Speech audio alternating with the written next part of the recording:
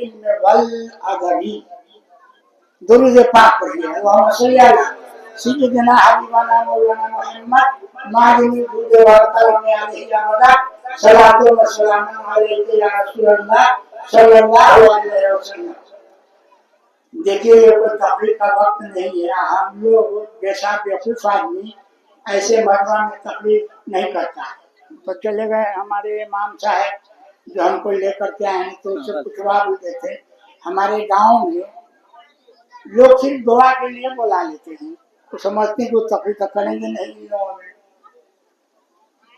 और दूसरी बात ये है कि अब तो बुढ़ा हो गया है, पहली वाली जवानी तो है नहीं कि माइक को फाड़ दूं, कुर्सी को तोड़ दूं। अब तो वो सलाहियत भी नहीं है। एक दौर था माइक फाड़ कुर्सी तोड़ तकरीर हुआ करती थी, एक दौर था। लेकिन अब तो नहीं। आज तकलीफ या उसमें क्या करना है। लेकिन एक बात मैं बताता चलूं तब उस शेर पर थोड़ी सी रोशनी डाल दूंगा। पहले ये बता दूं कि आपको मालूम है आप लोग बड़े खुश नसीब हैं। धोखा से हैं कि हकीकत में है। अगर हकीकत में आप बैठे हुए हैं, अब आ गया है वक्त फैज लूटने का, रहमत लूटने का वक्त आ गया है। हमारे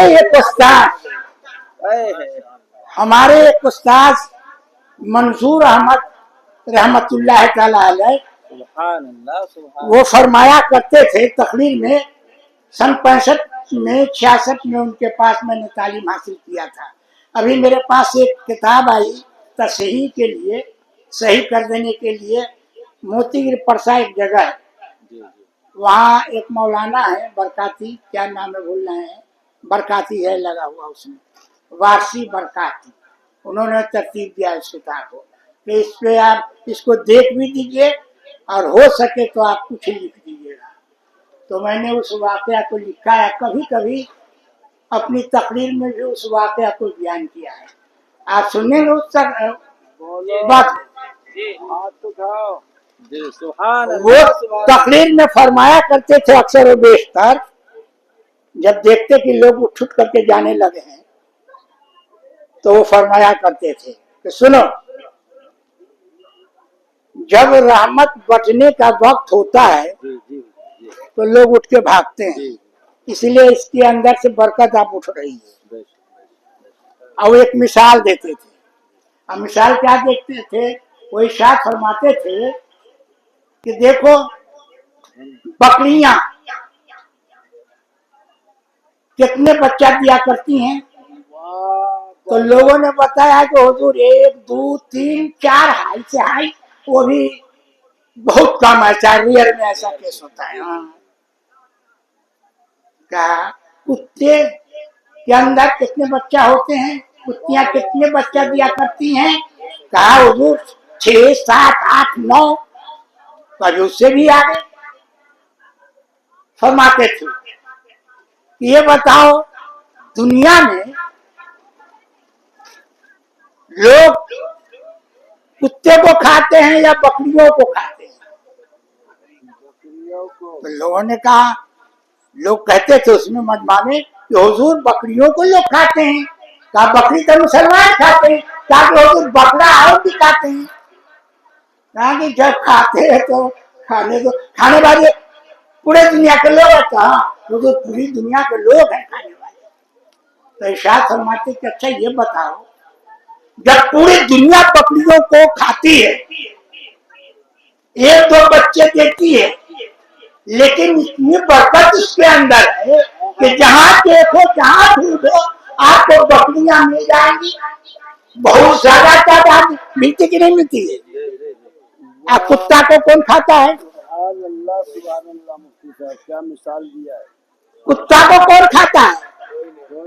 अरे कुत्ता को कुत्ता तक नहीं खाता है ना ऐसा।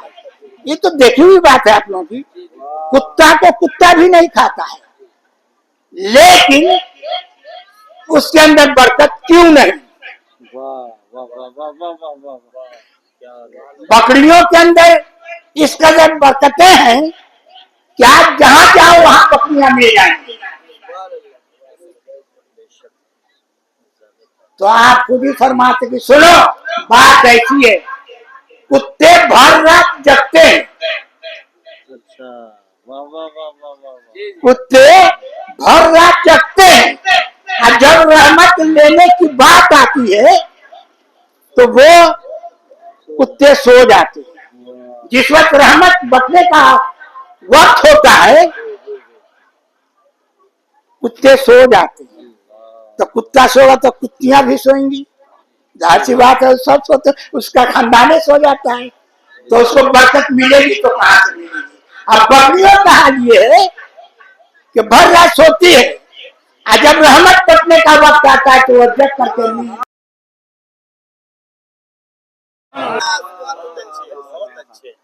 क्या बात। तो भर रात जग करके 12-1 बजे तक जग करके जो चले गए, लेकिन रहमत बरसने का जब वक्त आया तो गायब हो गए। अब नहीं रहमत बचेगी, अरे दुआएं होंगी, दुआ लेकर के जाएंगे। असल तो ये है वक्त, इत्तेफाक है कि वक्त भी बड़ा अच्छा आ गया है, ना आ गया है। अरे सुबह शादी करीब है, वक्त भी बहुत बढ़िया आ गया है, बहुत बढ़िया वक्त आ गया है। ऐसे वक्त में जब हजरत की दुआ हो जाएगी तो हम लोग तो निहाल हो जाएंगे। तो आप लोग फायदे में रहेंगे कि घाटे में? घाटे में। आज जो चले गए वो घाटे में है कि नहीं है? वो तो घाटे में रहे, जग भी गए, कुछ ले भी ना पाए। अरे न कुछ समझते तो कम से कम दुआ में शरीक हो जाते, तो रहमत तो आप लूट लेते, रहमत ले करके जाते, बरकत ले करके जाते।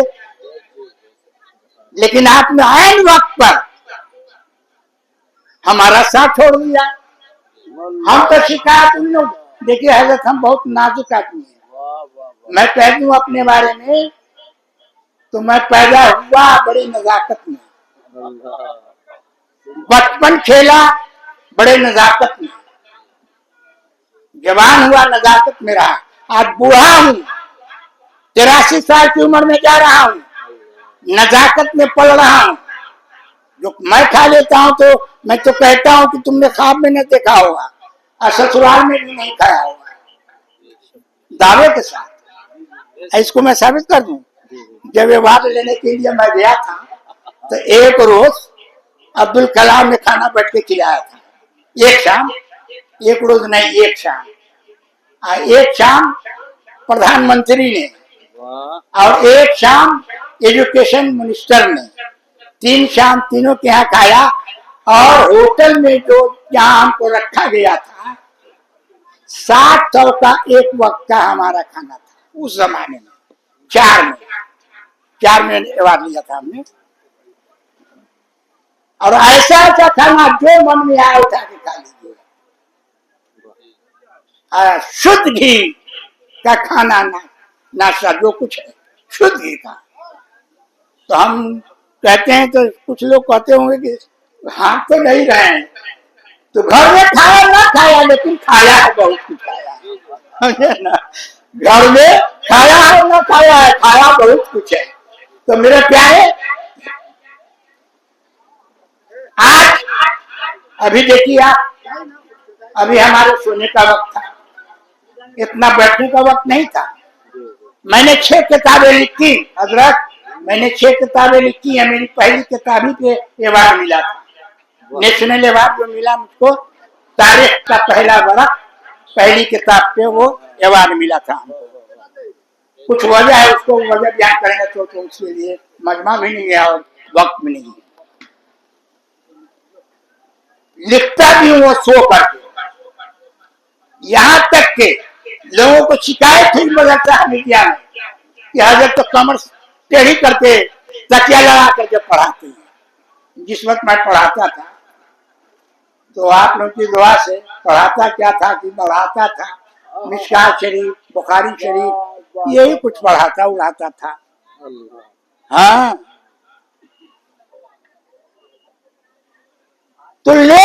के रहने वाला बैठा हुआ है। हमारा ये अजीज गया कहाँ, उसको बाद में हम बताएंगे। तकिया भी नहीं रखता, कम से कम कमर सीधी कर सकते। हम टेढ़ी कर रहे थे कमर, कमर उससे अच्छा तो इस पे लग रहा है कि जरा सहारा है। हाँ बात है, हम बैठे रहे क्यों? इसलिए कि जलसा का हाल जो था बेहाल था। हमने सोचा चलो वहीं पर बैठ लेंगे। हजरत से हमने कहा कि हमको अब जाना है वहीं पे, हालांकि हमको आना नहीं था। हम किसी भी जलसे में जाते हैं आप उनकी दुआ से, तो आखिर में वही दुआ करने के लिए, इसीलिए हमको ले आते हैं लोग दुआ करवाने के लिए। स्टेज पे बैठाने के लिए नहीं ले जाते हैं। अब बहुत ज्यादा शौक हुआ तो हुजूर 2 लफ्ज बोल दीजिए, तो 2 लफ्ज हम बोलने जा रहे हैं। 2 लफ्ज से एक न कहेगा, 2 ही लफ्ज बोलेगा तो झूठ बोलना है आप। ये मुहावरे का लफ्ज है। हाँ जो ही ना समझिएगा, 2 तो हमने शेर पढ़ दिया। उस शेर पे थोड़ी सी रोशनी इस जलसे से मुताल्लिक कि जलसा हुआ क्यों, इसके इनेकाद का सबब है क्या। शेर हमने पढ़ा, वो क्या पढ़ा है? लैसल यतीमुल लज़ी क़द मात वालिदुहु इन्नल यतीमा यतीमुल इल्म वल हसब। अली करमल्लाहु वजह करीम इरशाद फरमाते हैं कि वो यतीम नहीं है जिसका बाप मां मर जाए। लैसल यतीमुल लज़ी क़द मात वालिदुहु, जिसका बाप मर जाए वो यतीम नहीं है। आपको मिसाल के तौर पे मैं खुद बैठा हुआ, मैं इतना बड़ा था, मेरे वालिद का साया सब उठ गया। हाँ जी आप काश हम उनकी खिदमत करते। मेरी खिदमत उन्होंने बहुत करी, यहाँ तक पहुंचाया, लेकिन मैंने उनकी खिदमत नहीं की। अल्लाह ने उनको उठा लिया। वो हमको कहते थे बेटा तुम बड़ा होगा, पढ़ाएंगे, तुमको डॉक्टर बनाएंगे। शायद रब्बो ये पसंद नहीं हुआ, मौलाना बनना था। तो वालिद बचपन में ही हमको छोड़ के चले गए। क्या हम हैं जिंदा कि नहीं है? क्या हमको कोई यतीम दिखता है? नहीं दिखता है। यतीम का सहारा तो जरूर दिखता होगा, लेकिन यतीम हमको नहीं कोई दिखता है।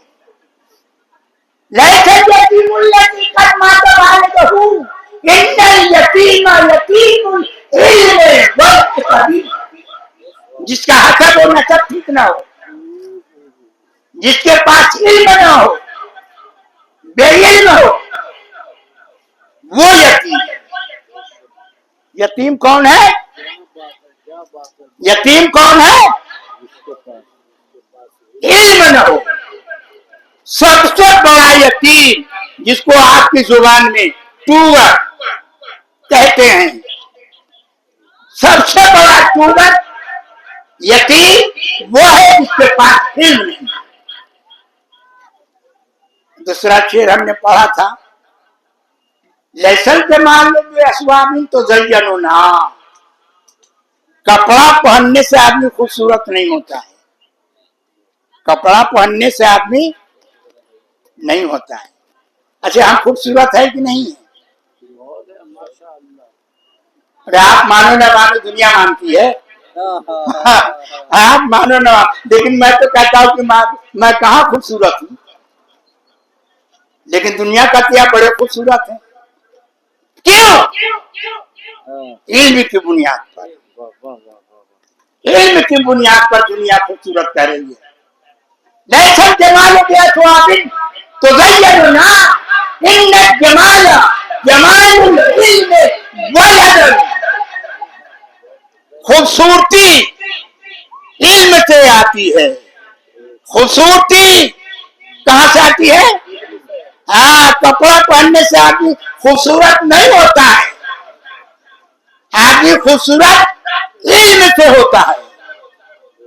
खूबसूरत जो होता है, जिसके अंदर अदब नहीं है, वो बेअदब है, और बेअदब खूबसूरत नहीं होता है, उसके ऊपर दुनिया लानत करती है। आज का ये जलसा इसी पर्पस से, इसी नजरिए के तहत रखा गया। क्या नाम है उसका? हबीबी एकेडमी। हबीबी एकेडमी रखा। तो हमसे कह रहा था कि साकिब एकेडमी रखते हैं। हम कहा कि नहीं, कोई जरूरत नहीं है, तो अपना किसी तरह से रखो। तो हबीबी एकेडमी रखा उसने नाम उसका। उसमें हबीबी एकेडमी में बहुत कुछ काम हो सकता है, उससे बहुत काम हो सकता है। एकेडमी एक ऐसी चीज है, उससे गुफ्तगू करना लंबी हो जाएगी, मुख्तसर ये समझिए, उसके अंदर बहुत काम हो सकता है। तालीम का भी काम उसके अंदर होता है, और भी बगैर काम होते हैं। मदरसा है, मदरसे के अंदर तालीम होती है। लोग कहेंगे नहीं तो हम किसको सुनाएं? सुना, बहुत कुछ सुना, कुछ लोगों ने क्या सुनाया, यहाँ तक कि हमको फोन भी कुछ लोगों ने किया, कहाँ जा रहे हैं हजरत, क्यों जा रहे हैं हजरत। बड़ा अफसोस होता है, बहुत अफसोस होता है सुन सुन करके लोगों का। अरे हम कह रहे एक नया नेट खोलो, मदरसा एक नया नेट खोलो, जिसका तबियत में आए खोलो, लेकिन शर्त है। वो कहाँ चला गया चरजवा? यहाँ पे रहता तब ना हम उसको समझा देते कि कैसे चलाया कि नहीं चलाया। ऐसा ना कि कल नाक कटा लो। जितनी इजाजत खुल जाए चलना चाहिए। क्यों हमको शिकवा, क्यों शिकायत, क्यों दर्द, क्यों घुटन? क्या जरूरत है? अल्लाह करे और भी एक और खोल ले कोई एकेडमी, एक और खोल ले कोई एकेडमी, और चलाए उसको आगे बढ़ाए। उससे होगा कि कौम की भी खिदमत, फलाही काम भी उससे लिया जाएगा, और साथ साथ बच्चे को दुनियावी दीनी तालीम भी दी जाएगी उस एकेडमी से। शायद यही मंशा है, और इसी मंशे के तहत उसके उद्घाटन, उसकी इफ्तिताह के मौका पर इस जलसा को रखा उसने। बेचारा अकेला पड़ गया है। हम लोग, आप लोग ज्यादा परेशान नहीं कीजिएगा। कहाँ करिएगा परेशान, काहे को कीजिएगा? इसके लिए हम तो जाते हैं, सिर्फ दुआ करते हैं तो 10,000 लेते हैं, और यहाँ थोड़ी देगा। तो आप लोग भी नहीं लीजिएगा, हाँ, माफ करके चलिएगा। जो दे दे दे दे, न दे न दे। हाँ भाई, कैस ये बड़ी अच्छी बात है। सबको कहिए, सुनाइए। अब तो सुनने वाले सब सो गए हैं, सुनिए।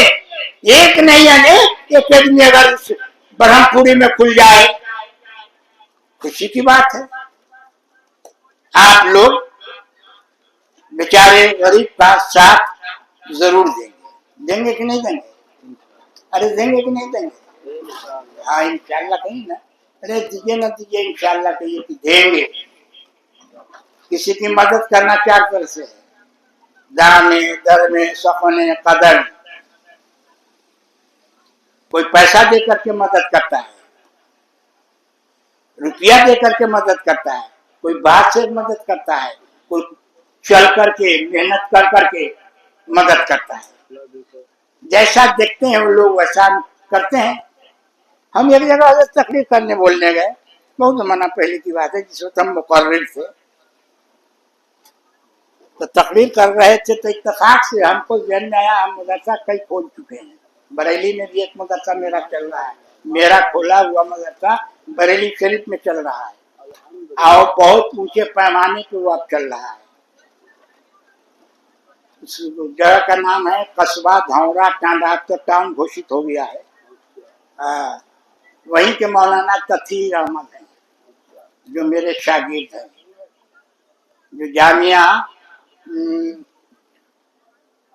इसमें हजरत अजहर मियां के मदरसा में वो शेखुल हदीस रख चुके हैं। अब तो वो घरे पे रहते हैं बेचारे। बहुत बड़े मुकर्रिर भी है, बड़े शानदार मुकर्रिर है, और कई किताब के लेखक भी हैं, बड़ी बड़ी 10-12 किताब के लेखक हैं। उसको हमने काफिया तक पढ़ाया था, हाँ, पढ़ा करके भेजा। और जबकि वो कॉलेज में पढ़ते थे, हाँ, तो वहां से निकाल करके हमने उसको कहा कि तुम मौलाना बनो। मौलाना बन गए वो, और अच्छे मुकर्रिर बन गए, अच्छे मुदर्रिस बन गए, अब तो माला माल हो गए। हाँ, कम से कम इसका सगीर अहमद जोखनपुरी का नाम तो आप लोगों ने सुना होगा, उसका साथी है। उसको पढ़ाया नहीं, लेकिन चंदा कर करके उसको हमने पढ़ाया। लेकिन आज वो करोड़पति आदमी है, सगीर अहमद जोखनपुरी आज करोड़पति आदमी है। लेकिन मेरा मानने वाला बहुत ज्यादा सब है। बरेली में तो देखा, यहाँ कुछ लोग हैं, हम लोग तो कहते हैं कि बरेली वाले बड़े बेवफा होते हैं, लेकिन उसको देखा, उन लोगों को देखा कि आज भी हम जलसा में बुलाते हैं, दरभंगा बुलाते थे, तो जो कुछ दिया अब ला करके दामन में मेरे डाल दिया, किराया भाड़ा